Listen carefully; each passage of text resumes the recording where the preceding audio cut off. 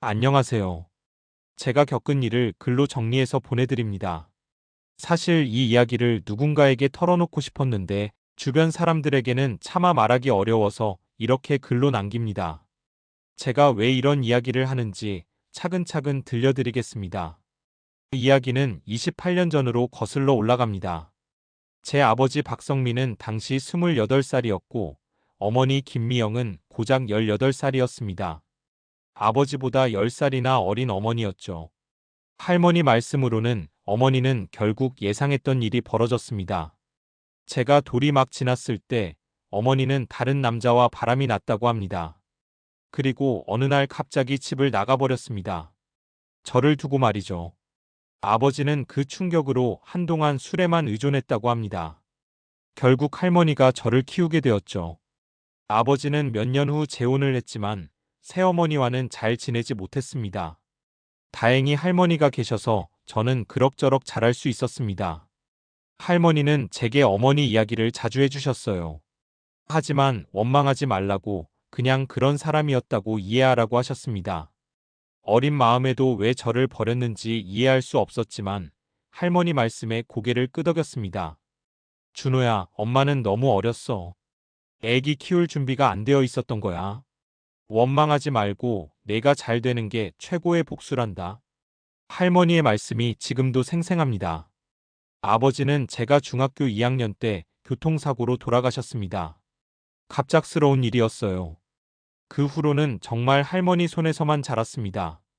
할머니는 식당에서 설거지 일을 하며 저를 키워주셨어요. 새벽 5시부터 밤 10시까지 일하시는 할머니를 보며 저는 꼭 성공해서 할머니를 편하게 해드려야겠다고 다짐했습니다. 공부는 잘하는 편이었습니다. 할머니가 힘들게 벌어주신 돈으로 학원도 다니고 참고서도 사서 열심히 공부했어요. 고등학교 때는 전교 1등을 놓치지 않았고 서울대 법학과에 수석으로 입학했습니다. 할머니는 제 합격 소식을 듣고 펑펑 우셨어요. 우리 준호가 이렇게 잘 클 줄 몰랐다며 기뻐하셨습니다. 그때 할머니의 주름진 손을 잡고 약속했습니다. 할머니, 제가 꼭 성공해서 할머니를 행복하게 해드릴게요. 대학 시절에도 공부에만 전념했습니다. 아르바이트를 하며 생활비를 벌고 장학금을 받으며 등록금을 해결했어요. 사법고시 준비도 치열했습니다. 도서관에서 하루 15시간씩 공부하며 3년을 보냈습니다. 드디어 26살에 사법고시에 합격했습니다. 사법연수원을 거쳐 검사가 되었을 때 할머니는 저를 꼭 안아주시며 말씀하셨어요. 준호야, 내가 이렇게 훌륭하게 자라줘서 고맙다. 할머니는 정말 자랑스럽다. 검사가 된 지 3년째 부산지검에서 근무하고 있었습니다. 주로 경제사건이나 사기사건을 담당했는데 그날도 평범한 하루인 줄 알았습니다. 사건 개요는 이랬습니다. 부유한 중년 남성들을 상대로 접근해서 결혼을 약속하며 거액을 편취한 꽃뱀 사기 사건이었어요. 피해자가 5명이나 되었고 피해 금액만 3억 원이 넘었습니다. 그날 오후 2시 저는 주범인 여성 피의자를 조사하기 위해 조사실로 향했습니다. 평상시처럼 사건 파일을 들고 문을 열었는데 그 순간 시간이 멈춘 것 같았습니다. 조사실 의자에 앉아있던 여자는 46살 정도로 보였습니다. 여전히 외모에 신경을 많이 쓰는 것 같았어요. 진한 화장에 비싸 보이는 옷을 입고 있었습니다. 하지만 저는 한눈에 알 수 있었습니다.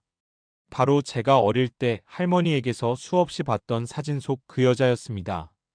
김미영. 제 친어머니였습니다. 저는 최대한 평정을 유지하며 자리에 앉았습니다. 손이 떨렸지만 목소리만큼은 차분하게 내려고 노력했어요. 피의자 김미영 씨죠? 저는 이 사건을 담당하고 있는 박준호 검사입니다.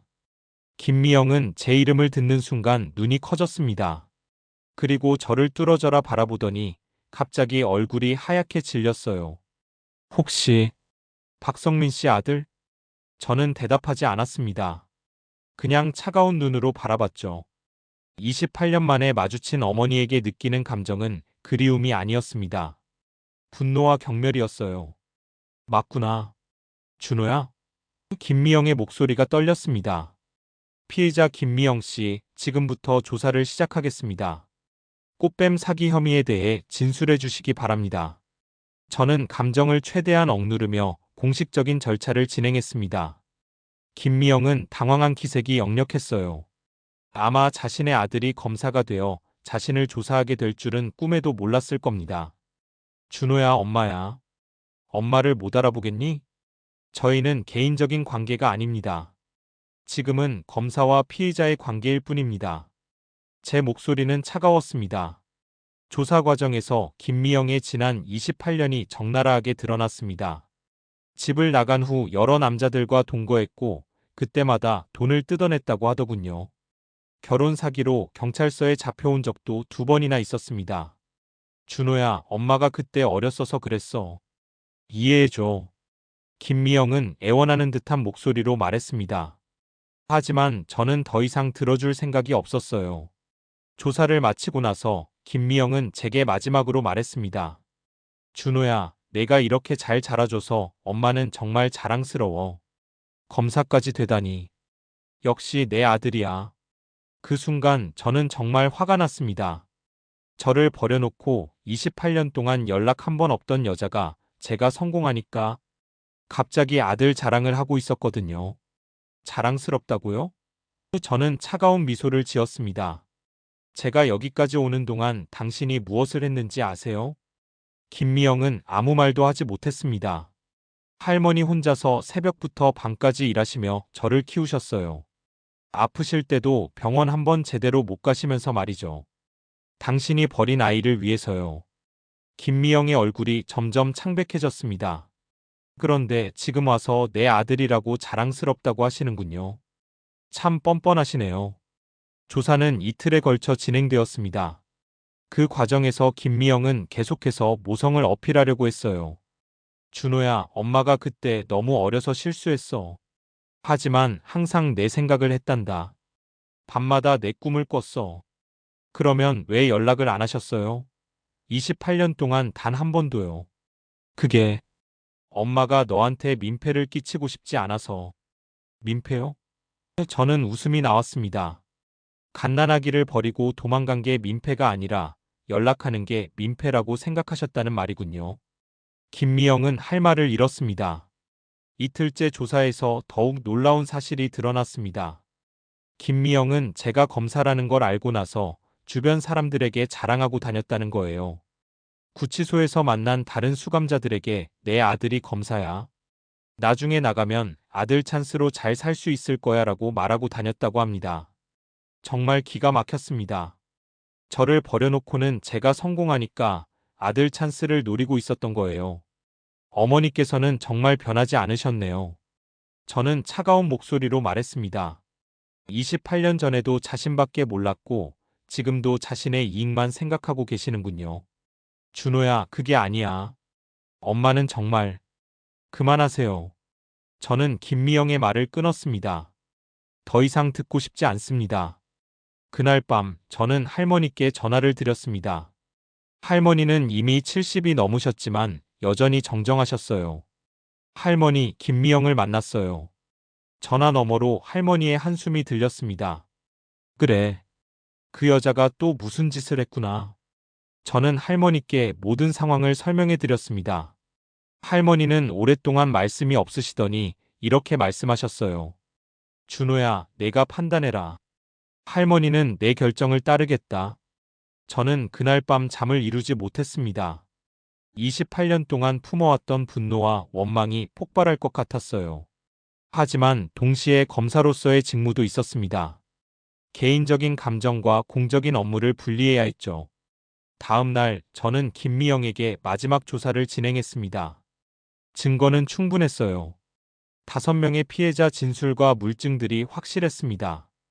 피의자 김미영 씨, 이번 사건의 혐의가 명확합니다. 특히 박상호 씨에게서 1억 2천만 원을 편취한 거는 중죄에 해당합니다. 김미영은 마지막 발악을 했습니다.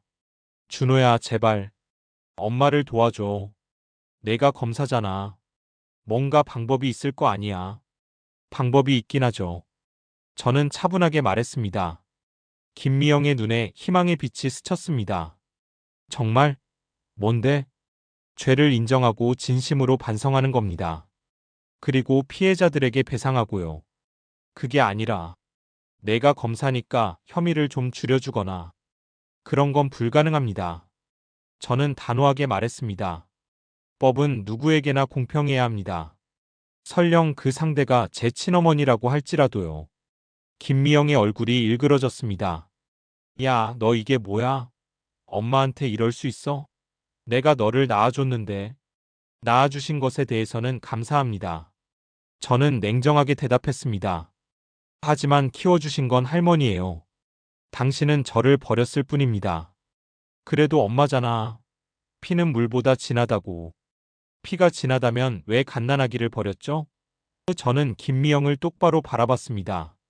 28년 동안 단 한 번도 안부를 묻지 않던 분이 지금 와서 모정을 논하시는군요. 김미영은 할 말을 잃었습니다. 그리고는 갑자기 화를 내기 시작했어요. 너 이런 식으로 나올 거야? 내가 너 때문에 얼마나 고생했는데. 18살에 애를 낳아서 얼마나 힘들었는지 알아? 그러니까 버리셨잖아요. 저는 담담하게 대답했습니다.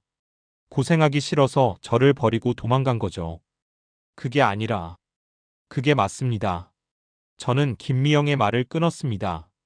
그리고 지금도 마찬가지예요. 본인이 힘들어지니까 아들 찬스를 쓰려고 하는 거죠. 김미영은 더 이상 할 말이 없었습니다. 조사를 마친 후 저는 기소 의견서를 작성했습니다. 혐의 사실이 명확하고 죄질이 나쁘며 피해자가 다수인 점을 들어 실형을 구형했습니다. 재판 과정에서 김미영은 계속해서 저에게 도움을 요청했습니다. 면회를 신청했지만 저는 한 번도 응하지 않았어요. 판사님, 피고인은 5명의 피해자를 상대로 체계적이고 지능적인 사기를 저질렀습니다. 결혼을 빌미로 순진한 남성들의 마음을 이용해 거액을 편취했으며 현재까지도 진정한 반성의 기미를 보이지 않고 있습니다. 저는 법정에서 담담하게 공소 사실을 설명했습니다. 특히 피고인은 자신의 아들이 검사라는 사실을 알고 나서 아들 찬스를 이용해 선처를 받으려 한다는 발언을 수차례 했습니다. 이는 피고인이 법에 대한 경외심이나 반성이 전혀 없음을 보여주는 것입니다. 판사는 제 구형을 받아들여 김미영에게 징역 3년을 선고했습니다. 선고가 내려진 후 김미영은 저를 원망스럽게 바라봤어요. 너 이렇게까지 할 거야? 엄마한테? 저는 김미영에게 마지막으로 이렇게 말했습니다. 저에게 어머니는 할머니 한 분뿐입니다. 당신은 저를 낳기만 했을 뿐 어머니가 아닙니다. 그래도 내가 성공한 건 엄마 덕분이야. 내가 낳아주지 않았으면 내가 어떻게 태어났겠어. 맞습니다. 저는 인정했습니다. 당신이 저를 낳아주신 건 사실이에요. 하지만 저를 사람으로 키워주신 건 할머니입니다. 할머니가 뭘 했다고. 나이 들어서 애나 돌보고. 그 순간 저는 참을 수 없었습니다. 할머니가 뭘 하셨냐고요? 저는 목소리를 높였습니다. 할머니는 70이 넘어서도 식당에서 설거지 일을 하시며 저를 키우셨어요. 아프셔도 병원 안 가시고 제 학비를 마련해 주셨고요. 그건 당신이 버린 아이를 위해 평생을 희생하셨습니다. 그런데 지금 와서 할머니를 무시하시는군요. 역시 변하지 않으셨네요. 김미영은 더 이상 할 말이 없었습니다. 판결이 확정된 후 저는 할머니께 모든 상황을 보고드렸습니다. 할머니, 다 끝났어요. 김미영은 징역 3년을 받았습니다. 그래. 수고했다, 준호야. 할머니께서 저를 키워주시지 않았다면 저는 지금의 제가 될 수 없었을 거예요. 정말 감사합니다. 뭘 그런 소리를. 할머니가 당연히 해야 할 일이었어. 전화를 끊고 나서 저는 오랫동안 생각에 잠겼습니다. 28년 만에 친어머니를 만났지만 전혀 그립지 않았어요. 오히려 더욱 확실해졌습니다. 진짜 부모는 피보다는 사랑으로 결정되는 것이라고 말이죠. 몇 개월 후 김미영이 수감된 교도소에서 편지가 왔습니다. 면회를 신청하는 내용이었어요. 하지만 저는 그 편지를 읽고 바로 버렸습니다. 할머니는 지금도 건강하게 지내고 계십니다. 저는 매주 할머니를 찾아뵙고 용돈도 드리고 병원도 모시고 다닙니다. 할머니는 제가 올 때마다 맛있는 음식을 해주시며 기뻐하세요. 준호야, 할머니는 정말 행복해. 내가 이렇게 훌륭하게 자라줘서 저 역시 행복합니다. 진짜 가족이 누구인지 확실히 알게 되었거든요. 얼마 전에는 승진도 했습니다. 부부장 검사가 되었어요. 할머니께 소식을 전해드렸더니 정말 기뻐하셨습니다. 우리 준호가 부부장 검사까지 되다니. 할머니가 무슨 복을 쌓았길래 이런 손자를 뒀을까? 할머니가 평생 착하게 사셨으니까 복을 받으신 거예요. 김미영은 지금 복역 중입니다. 가끔 교도소에서 편지가 오지만 저는 한 번도 읽지 않아요. 할머니께서도 그냥 무시해라라고 하세요. 사실 저는 복수를 했다고 생각하지 않습니다. 그냥 검사로서 해야 할 일을 했을 뿐이에요. 법 앞에서는 누구든 평등해야 하니까요. 하지만 내심으로는 속이 시원했던 것도 사실입니다. 저를 버리고 28년 동안 연락 한 번 없던 여자가 제가 성공하자마자 아들 찬스를 노리며 접근했지만 결국 법의 심판을 받게 된 거니까요. 재판이 끝난 후 저는 피해자들을 따로 만났습니다. 그분들께 진심으로 사과드렸어요.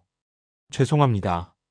개인적으로는 저와 관련된 사람이지만 그것 때문에 수사나 재판에 영향을 주지는 않았습니다. 피해자 중 한 분이 말씀하셨어요. 검사님, 오히려 고맙습니다. 정말 공정하게 처리해 주셔서요. 검사님도 마음이 편하지 않으셨을 텐데. 괜찮습니다. 이게 제 일이니까요. 그 후로 몇 개월이 지났습니다. 저는 다른 사건들을 맡아 열심히 일했어요. 그런데 어느 날 교도소에서 또 편지가 왔습니다. 이번에는 김미영이 아니라 교도관이 보낸 편지였어요. 편지 내용은 김미영이 교도소에서 다른 수감자들과 싸움을 벌였다는 것이었습니다. 다른 수감자가 내 아들이 너를 감옥에 보냈다며? 라고 놀렸고 김미영이 화를 내며 싸움을 벌였다고 하더군요.